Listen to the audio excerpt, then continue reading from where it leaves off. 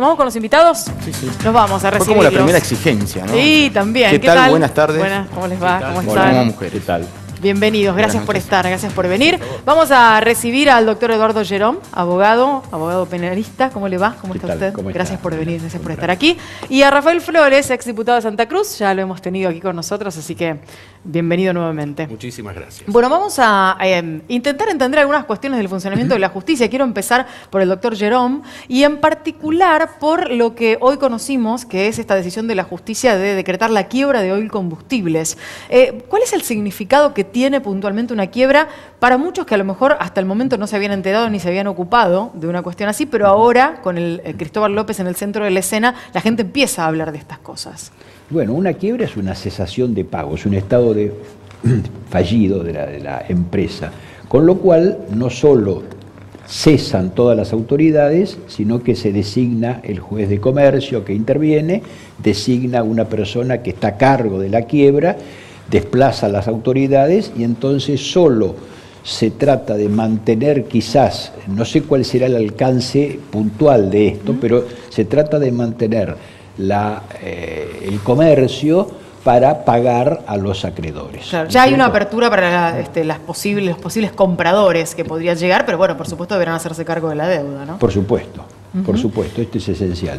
Ahora, respecto de la primera pregunta, para entender a la justicia, yo creo que cuesta mucho entender a la justicia.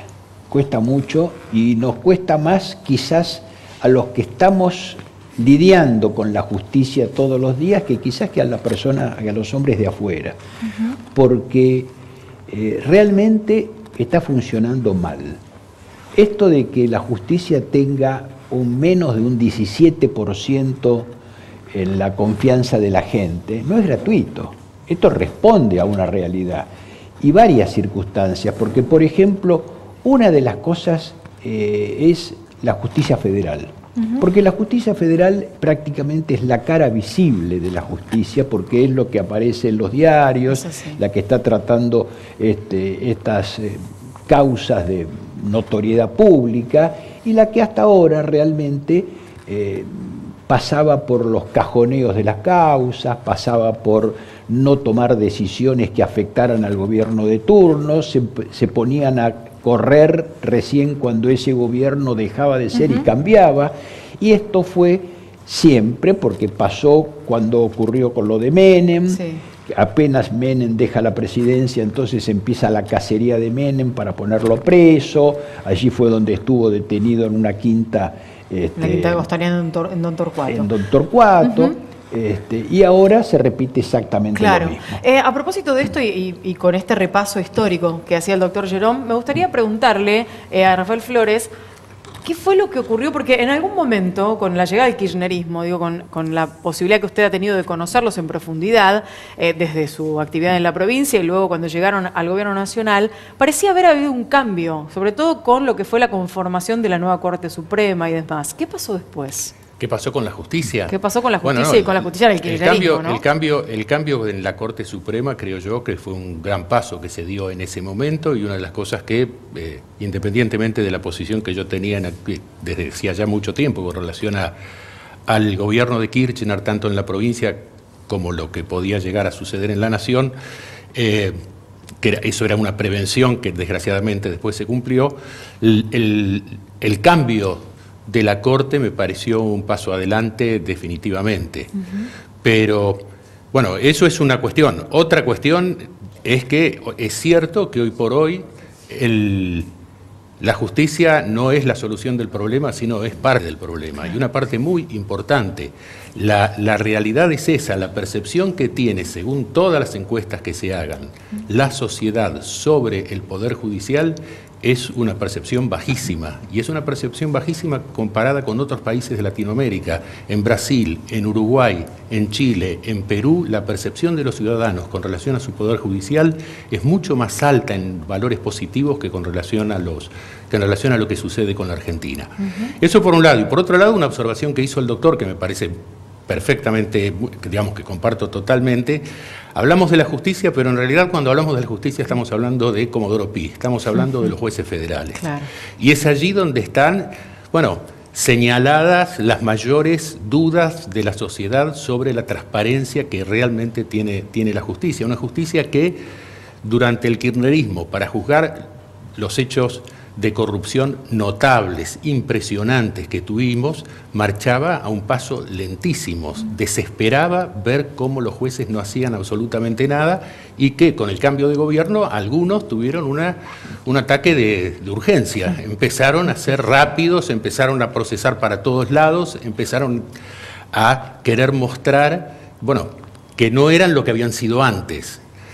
Eso solo nomás hace que la percepción de los ciudadanos sobre sus jueces sea muy negativa, porque uno no puede confiar en una justicia donde, de acuerdo al cambio de gobierno, los jueces ordenan sus fallos. Y es sumado a otra sospecha que subyace alrededor de todo esto, y en el caso de Cristóbal López tuvo dimensiones más altas todavía, que no se trata solamente de quedar bien con el poder, sino a veces se trata también de recibir parte de lo que se está discutiendo. Claro. ¿No? ¿Es un problema de jueces, es un problema de ley o es un problema institucional a esta altura? O sea, ¿qué es lo que falla dentro de toda la esfera de lo que mencionamos como justicia? Yo creo que es en primer lugar, los mecanismos de control, el Consejo de la Magistratura, esos organismos son los que deben funcionar de una manera, me parece a mí, mucho más aceitada, de una manera mucho más enérgica, ¿no? Pero creo que pasa en parte por allí, pero también pasa porque la Argentina tiene un tema con la corrupción. Claro. Tiene un tema desde hace mucho tiempo con la corrupción. ¿Doctor? En general. La ley está, las leyes están escritas. Las leyes podrán, algunas no ser completamente completas para, valga la redundancia, pero las leyes existen. Los que aplican las leyes, ahí encontramos el problema. Y encontramos en todo aspecto, porque por ejemplo hemos hablado de la justicia federal, pero no es la única por la que la gente desconfía. Vayamos a la otra, a la inseguridad, que allí es la justicia ordinaria, la justicia penal, la que nos afecta a todos, la que aparecen violadores, aparecen ladrones, asesinos, permanentemente, que están matando, robando, violando y que nos enteramos que salieron ayer, la semana pasada, de no cumplir una pena que debieron haber cumplido. Entonces, ¿quiénes son estos jueces que no aplican la ley que existe y que con falsos argumentos la dan vuelta para no aplicarla? Son los llamados jueces abolicionistas. Y estos jueces realmente que van a decir que es inconstitucional, que van a decir que el ladrón, el delincuente es un producto de la sociedad, entonces no lo podemos encarcelar, los tenemos que tratar de recuperar y proteger, etc. Son todos jueces que atienden la lógica del delincuente, pero que olvidan, ignoran por completo a la víctima, ignoran a la sociedad, que es realmente la gran mayoría de gente a las que tenemos que proteger. Ahora, en ese punto también no tenemos una enorme deficiencia respecto de qué sucede con esos detenidos dentro de la cárcel a la hora de lo que debiera ocurrir, que es la reinserción social, una vez que cumplen con su pena. Otra cuestión que realmente viene muy bien que lo menciones, porque la cárcel, sabemos todos, que no cumple con su función. Y no cumple con su función por varias cosas. Primero, porque los que tienen que encargarse de cuidar eso, realmente muchas veces no tienen diferencia con el que está dentro, nada más que el uniforme.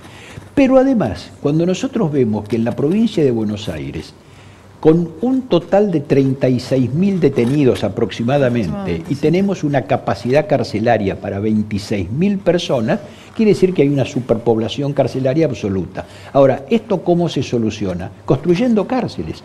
Y no se construyen desde hace muchos años. ¿Por qué? Porque evidentemente políticamente no es correcto, no incide y demás.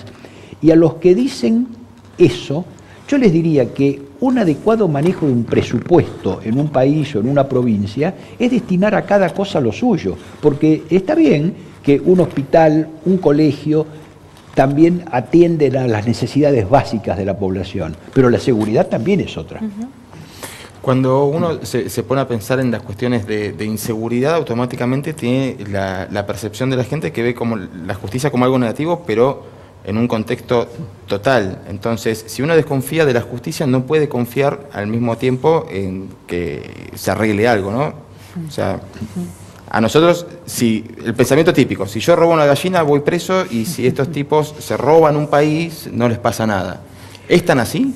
Y sí, realmente esto es lo que estamos viendo, porque si cuesta tanto encarcelar a los corruptos, ¿no? Recién ahora estamos viendo que algunos corruptos están yendo, y esto atiende a otra cosa también muy importante, que también es el otro aspecto de la desconfianza social, que es la longitud de los procesos. Claro, ¿no? claro. Cuando los procesos se eternizan en el tiempo, ya primero y principal deja de tener consonancia directa la pena con el hecho. Pasan años. Claro. Entonces, cuando se dicta la pena, ya ese hecho desapareció del imaginario de la gente. Deja de tener razón. La justicia que llega tarde no es justicia. No es justicia. No, y es cierto que la Argentina necesita empezar a discutir seriamente un cambio en su sistema, en su régimen, en sus procedimientos. El caso de Brasil, la rapidez con la que han actuado frente a los hechos de corrupción, Sí. La importancia que ha tenido el sistema de la delación premiada, claro, y cómo se instrumentó en ese país, ha permitido que en la Argentina nos enteremos de cosas que estaban sucediendo, sí, que habían sucedido, y que nuestros jueces, sí, durante muchos años, porque lo que dice el doctor es una realidad de puño, en este país los procesos duran eternamente. Sí, sí. ¿No? Es notable la morosidad, claro, no solo la morosidad que los jueces le imprimen, sino además un sistema procesal, claro, que permite que todo se dilate, que todo se haga extensísimo, que todo sea mucho más largo. En el caso, yo tomo el caso de Brasil y sí, el Lava Jato como el ejemplo, ¿no? Como sí, lo más ejemplar. Y eso hace rato que nos está avisando a los argentinos que tenemos que cambiar nuestro sistema de procedimientos también. Ahora, no parece haber voluntad en ese sentido, independientemente de que la ley de arrepentidos es relativamente nueva en la Argentina, pero no tiene el funcionamiento que tiene la de delación premiada en el Brasil. Con lo cual digo, escuchar o ver a alguien que está en Brasil frente a un fiscal contando con nombres y apellidos cómo funcionaba el financiamiento de la corrupción en la Argentina, y que acá no se pueda hacer nada sobre eso, es impresionante. ¿No? Da un poco de vergüenza, ¿no? Tener que ver en los diarios de Brasil que nos explican los presos que están allá cómo se funcionaba todo el sistema de los delitos en la Argentina, cómo los podían cometer sin una justicia que hiciera nada. Y lo que llama más la atención es que los jueces miran eso como impávidos, ¿no? Esa es la parte más terrible para mí. Pero bueno, creo yo que hay un desafío. Los especialistas, yo soy un abogado, pero digamos, hace tiempo que no estoy metido en estas cosas, pero las figuras como la del doctor, que es una persona conocida, reconocida, bueno, son los que tienen que empujar también, ¿no? Con sus opiniones, como en este momento, ¿no? Claro. Para que se tome conciencia de que es necesario hacer un cambio muy profundo en todos los aspectos, porque el tema del régimen penal, el tema de las cárceles, eso es un dato de la realidad. Cualquiera Totalmente. Que haya visto alguna vez una cárcel sabe que digamos, ahí no se reeduca nadie, ahí la Constitución no se cumple en absolutamente ninguna de los conceptos que tiene. En la mención que hizo el doctor Flores a Brasil, hay algo que me parece oportuno recalcar, ¿no? Que es lo que permitió a Lula ir preso. En Brasil, una segunda condena, cuando confirma la primera, ya se acaba el estado de inocencia de la persona. Se considera que ya va a prisión, y las posteriores sentencias, las posteriores instancias a que pueda recurrir, sí, bueno, lo hace dentro de la cárcel. En cambio aquí, no, aquí hay un sistema en el cual hay instancias por recorrer, y se va a la Cámara, y se va a la Cámara de Casación, y después se va a la Corte, y si es provincial se pasa primero por la Corte Provincial, y después se hace el recurso ante la Corte, y hasta que no se haya recorrido todo el espinel, prácticamente la gente no va presa. Y esto hace que pasen años de años, que era lo que decíamos recién, y me parece que esto podría cambiar perfectamente bien, y aquí sí, con el dictado de una ley que lo precisara, como la está en Brasil, que precisara que una doble conforme, es decir, una condena que esté confirmando la de primera instancia, se acaba el estado de inocencia. Hoy lo charlábamos hace un rato en el corte. Hoy a la tarde, le comentaba al doctor, hoy a la tarde estaba revisando el archivo de la revista Noticias de 1990, coincide con el Mundial, y me encuentro con el caso del ingeniero Santos. Pero olvidemos del ingeniero Santos. Me pongo a leer todo lo que había pasado en ese barrio esa semana, y era una cosa caótica, una locura, robo por todos lados, todos a mano armada. En el barrio de Flores, ¿no? No, en la frontera entre Villa del Parque y Villa Devoto. Es verdad. Y que todos los vecinos estaban hartos. Sí.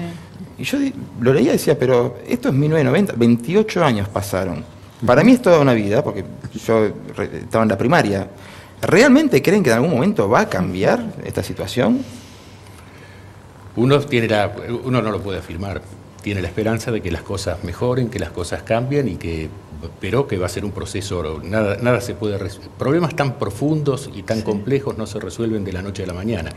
Hay algunas señales que a veces a uno lo ilusionan un poco. Si ustedes recuerdan, la última vez que yo estuve con ustedes, que estábamos con el doctor Sabzai, estábamos azorados por el fallo de la Cámara Federal que había permitido que López y de Sousa estuvieran en libertad. Afortunadamente, la Cámara de Casación Penal puso las cosas en su lugar y volvieron al lugar de donde no tendrían que haber salido. Y bueno, y hay una mirada muy dura sobre esos jueces, ¿no? Claro. Uno de los cuales acaba de renunciar o va a acogerse a la jubilación para que mejor no lo agarre el Consejo de la Magistratura, claro. ¿Es exceso de ambición lo que pasó con López y de Sousa? Creo que ha sido algo que caracterizó a todo el kirchnerato, porque realmente cuando uno tiene plata para que ya no los nietos, sino que los bisnietos de los bisnietos vivan como reyes y se sigue robando y robando y robando, creo que no solo es exceso de ambición, sino que está muy ligado al saberse impunes, porque la impunidad es lo que lleva a que ni siquiera se adopten recaudos, se haya perdido todo tipo de recato y se haya robado por todos lados, porque sinceramente, Lorena, creo que ha sido una asociación ilícita en forma absolutamente vertical, desde la jefa de la banda, que fue Cristina, pasando por todos los estamentos hasta abajo, y que todo funcionaba como si fuera una asociación ilícita, ¿no es cierto? Bueno, esto no lo hemos visto nunca en el país. Entonces, esto significa que ha habido una ambición desmedida, porque cuando, por ejemplo, en el caso de Báez, y cuando Cristina lo quiere controlar a Báez porque se está llevando plata, y lo controla porque se estaba llevando la suya. Entonces, realmente es algo que debe haber sanciones ejemplares para esto, porque si no ponemos en este momento el punto en los jueces que tienen que castigar a la corrupción, creo que va a ser la base para que en el futuro sepan todos los gobernantes que no se puede sacar los pies del plato. Gracias a Fíjense ambos. ustedes, yo quiero enancarme un poco en lo que el doctor dice, porque es cierto, el clima de impunidad que hubo en la Argentina durante 12 años fue tremendo, y la impunidad lleva a la omnipotencia, porque ¿qué es la impunidad? Al fin y al cabo, el que no va a ser castigado, y el que sabe que puede hacer lo que quiere sin ser castigado, entonces que piensa que puede hacer absolutamente cualquier cosa. Eso, lo que pasa que a veces también el camino más allá de la omnipotencia, a veces se puede llegar fácilmente al ridículo. La imagen de López tirando los bolsos es posiblemente la imagen más clara de esa situación. Se sentía impune, sabía que era impune, se sentía omnipotente para hacer cualquier cosa y terminó en el ridículo de ser atrapado tirando unos bolsos adentro de un convento. Gracias a ambos por haber venido. No, gracias. Muchísimas gracias. Momento de hacer una nueva pausa, ya volvemos.